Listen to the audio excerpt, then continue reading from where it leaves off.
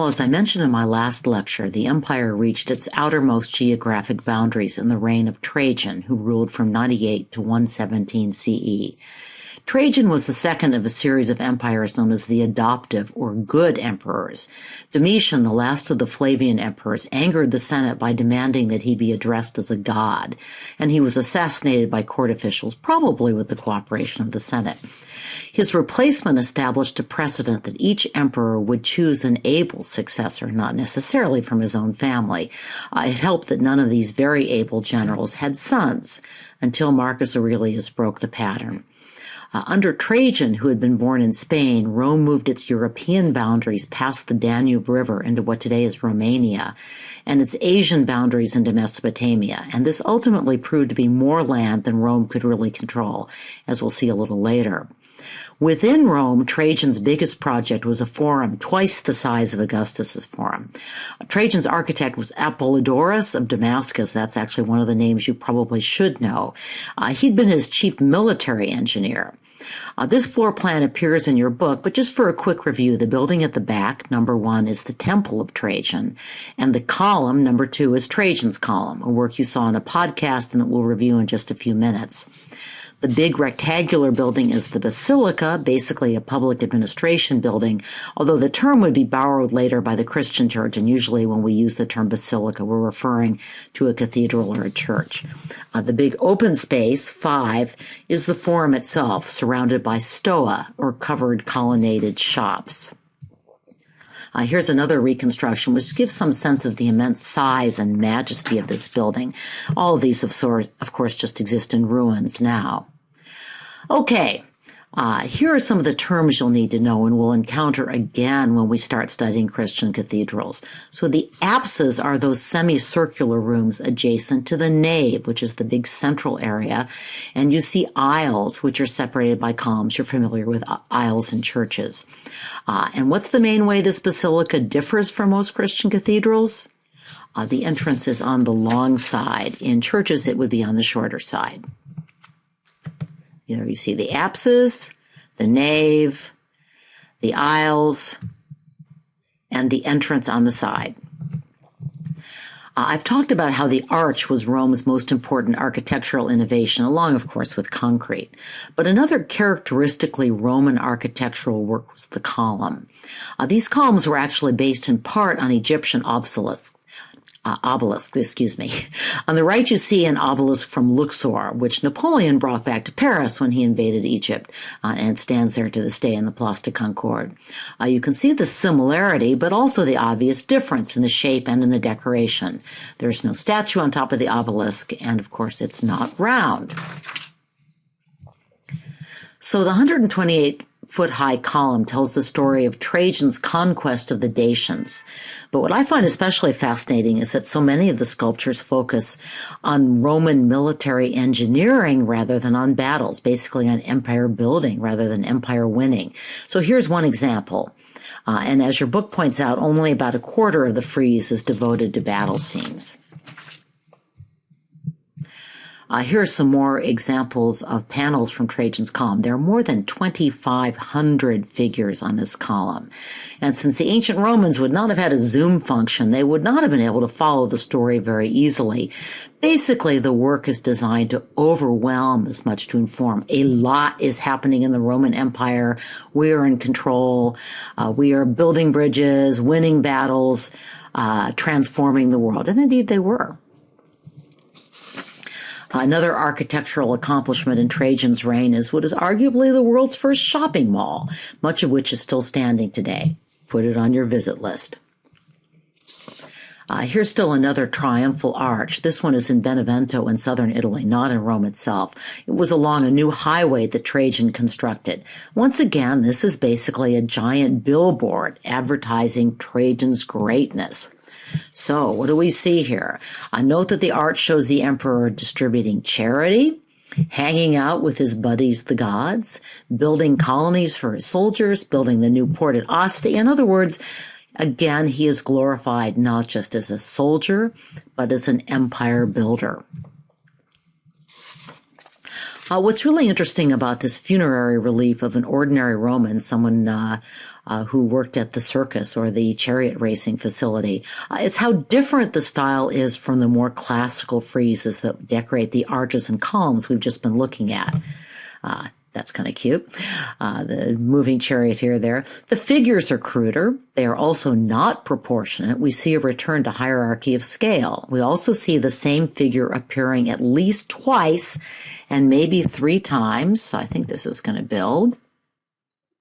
So there he is as a charioteer, there again, and maybe as an official presiding over the chariot races later in his career. By the way, the handshake between the husband and wife on the left is a symbol of their marriage. But note their respective sizes. Again, we're seeing hierarchy of scale, squatter figures, not classical proportions. This was the art of the ordinary people. And as we're going to see, it becomes increasingly the art of the empire as well. So Hadrian is Trajan's successor. He's another emperor who was probably born in Spain. There's some debate about that.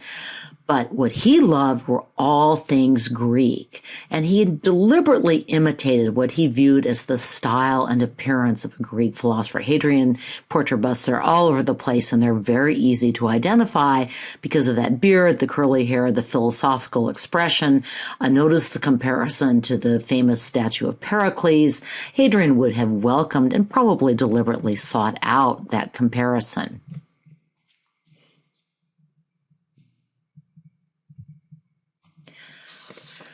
Okay, this is an extraordinarily important work and one that it's hard to do justice to just with slides. It was an engineering feat that reflected 300 years of experiment, both with concrete and with architectural innovation, including techniques for making lighter and lighter concrete at the upper levels of a dome, and above all, techniques for constructing a dome that would not fall on the heads of the people entering the building. The building may, in fact, have stretched Roman architects a little beyond their capacity. And to learn what I mean, I'm hoping you will watch this fascinating clip from a National Geographic special.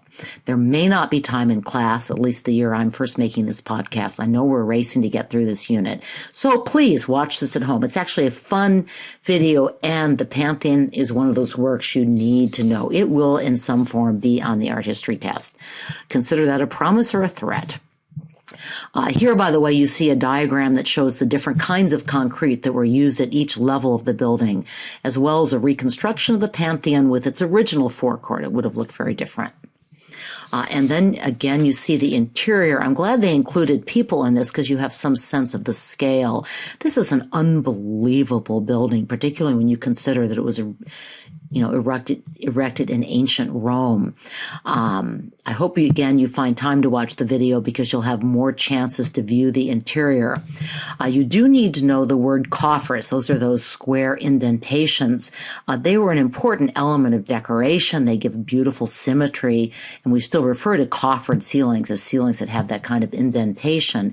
But of course, they also significantly reduce the weight of the dome. So they had an engineering as well as a decorative feature. Again, coffer is a term you should know. So here are 2 floor plans of the Pantheon with some more terms you should know. The rotunda is the round central area. We're used to rotundas. You probably know that term. The portico is the columned entryway porch. The oculus is that hole in the ceiling, and there was no glass. Rain came right through, so of course did sun. The drum, which, as you'll see from the video, was partly hollowed out to keep the building from being too heavy, and the stepped dome, that is, the dome getting smaller as it reaches toward the oculus. These structural elements are well explained in both the Khan Academy podcast and the National Geographic video, so alas, I am going to hurry on. All of this art deserves more time than I'm giving it. Hadrian knew how to live and live well.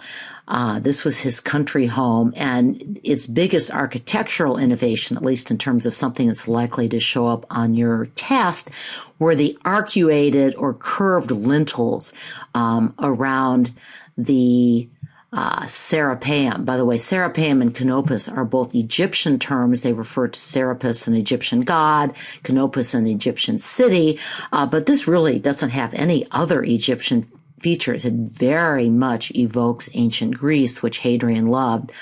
But it was a beautiful site. And again, if there's anything you need to know about it, it's probably those curved lintels. You do know what a post and lintel is at this point, right? Of course, right. Okay, these rock tombs were constructed in Petra, an ancient city in what is now Jordan. I actually visited this site a few years ago. I have spared you pictures of me riding around on a donkey. They exist. In fact, they so horrified me that I went on a diet and lost 40 pounds, which I badly needed to do. I attribute that to Petra and to the donkey and to the horrible photo. Any rate, you may recognize this if you're Indiana Jones fans. Yes, this is the scene from Indiana Jones and the Last Crusade, and I've included a little YouTube clip so you can watch that scene. It only goes for about a minute. You, again, probably don't have time to do it in class, but it will be fun, and Ms. Jacobs will put it up on the website. Note, by the way, how this rock-cut tomb, it's not really a building, it's just a facade for a tomb, echoes the second-style painting from Pompeii that you now see on the bottom right.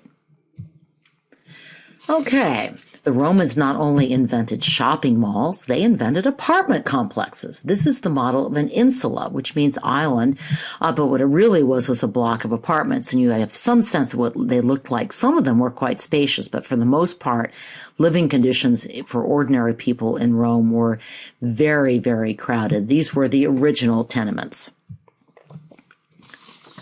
I've already shown you some mosaics. I just wanted to include these because this black and white style is very typical of this period, popular at the time. Here we see the base of still another column. This one was dedicated to Emperor Antoninus Pius. We're getting toward the end of the good emperors. On top, we see the apotheosis, or ascent into heaven. That's a term you're going to run into in Christian art, so you should learn it, of the emperor and his wife. And on the bottom, we see the discursio, or the ritual circling of the imperial funeral pyre. Now, notice that the upper panel is almost entirely classical. That winged body looks so much like a Greek sculpture.